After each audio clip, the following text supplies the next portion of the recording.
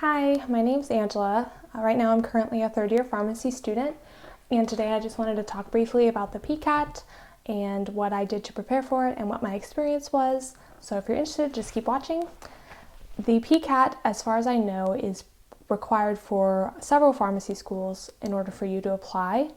It's not necessarily something that's hugely heavily weighted, although it depends on what school you're applying to. You just have to kind of talk to the administrators there and kind of ask students maybe who currently go there what they did for the PCAT in regards to that specific school, or how they feel like it affected their application process and their weighting as far as getting into school. Now I hear that it may be less common to accept it, but I'm not quite sure. I'm just going to cover in case anyone does have to take the PCAT and wants a little bit of help with that. So I took it this summer before I applied to pharmacy school. I did 2 years of undergraduate work before applying to pharmacy school and getting in, so I only did 2 years of college work. After my freshman year, the summer after my freshman year, I took the PCAT. I believe I took it in late July or early August. But at that time, I had taken organic chemistry. I had not taken organic chemistry. I had only taken general chemistry 1 and general chemistry 2. I had taken anatomy and physiology, and I had taken just general microbiology. So those are the kind of the preparations that I've had. I did take calculus in high school. I did not take any math courses in high school. I had a little bit of statistics, but really not too much.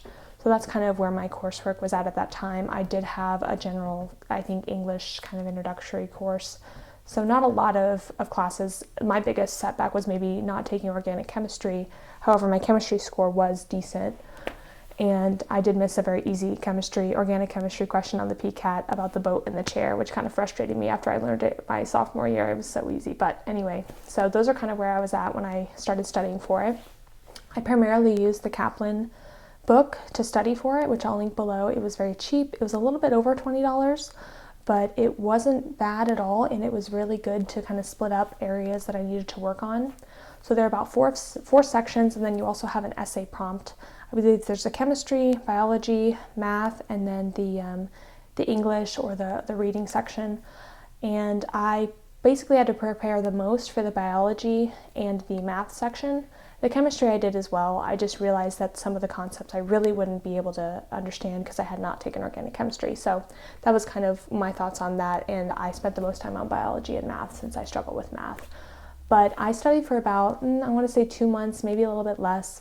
I would study every day, probably 2 40-minute sessions. It was the summer, so probably I actually studied about 40 minutes a day on average. I probably skipped the second study session, but I definitely tried to keep consistent, and only took about Sundays off and tried to study for the most part. And I would go through the book. I went through every section of the book as far as skimming it through and seeing what was all in there and kind of what topics they think I should be studying. But I spent the most time going through the biology section and the math section, like I mentioned.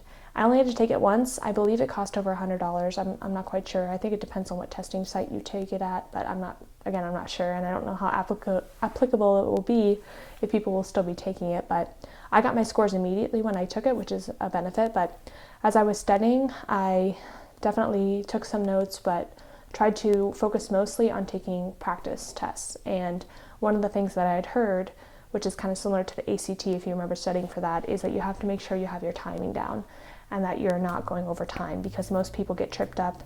They know the material, they know the content, but they spend too long and they don't have time to answer all the questions. So I took in all 4 practice tests, and I can't remember quite which. It may have changed, it may be the same, I don't know.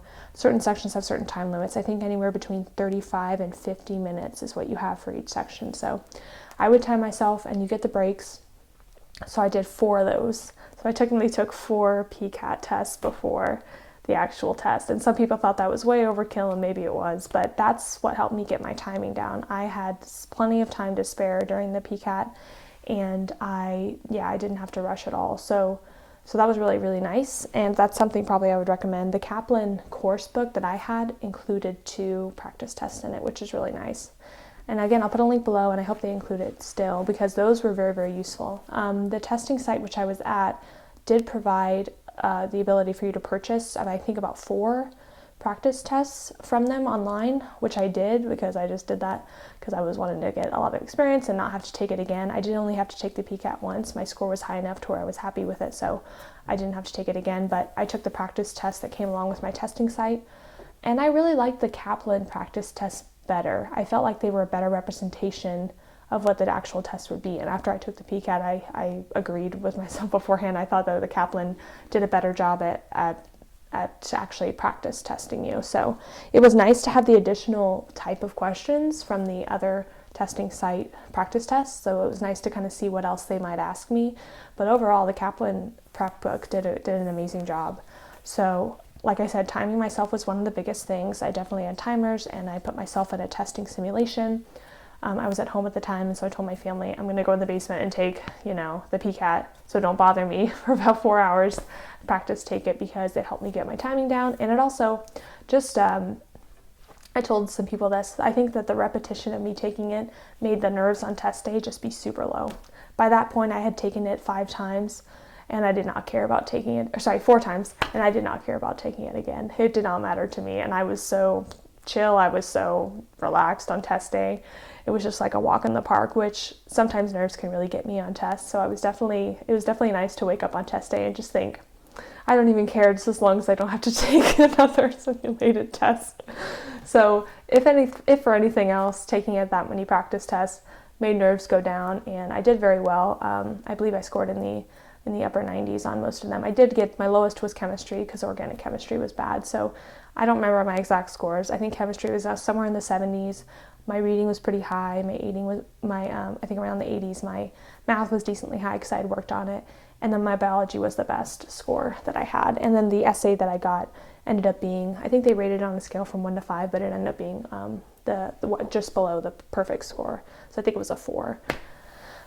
So some people might say that I studied a little bit too much, but if you're looking for killing nerves, I think taking the practice test over and over is really helpful. But I only studied about 2 months total, maybe less, when it came to the whole test experience. And the test experience itself, at least the testing site I was at, was very good. Not at all something that you need to be worried about. Just keeping yourself on time and keeping focused during the exam is something I would say. It's a good practice for probably any other standardized test that you'll have to take. It was different than the ACT, which I did take several times before getting into college, but it was definitely similar to any other standardized test. So that's pretty much all I have to say about the PCAT. Hopefully that'll help anyone who does still have to take it. But thanks for listening, and have a great day.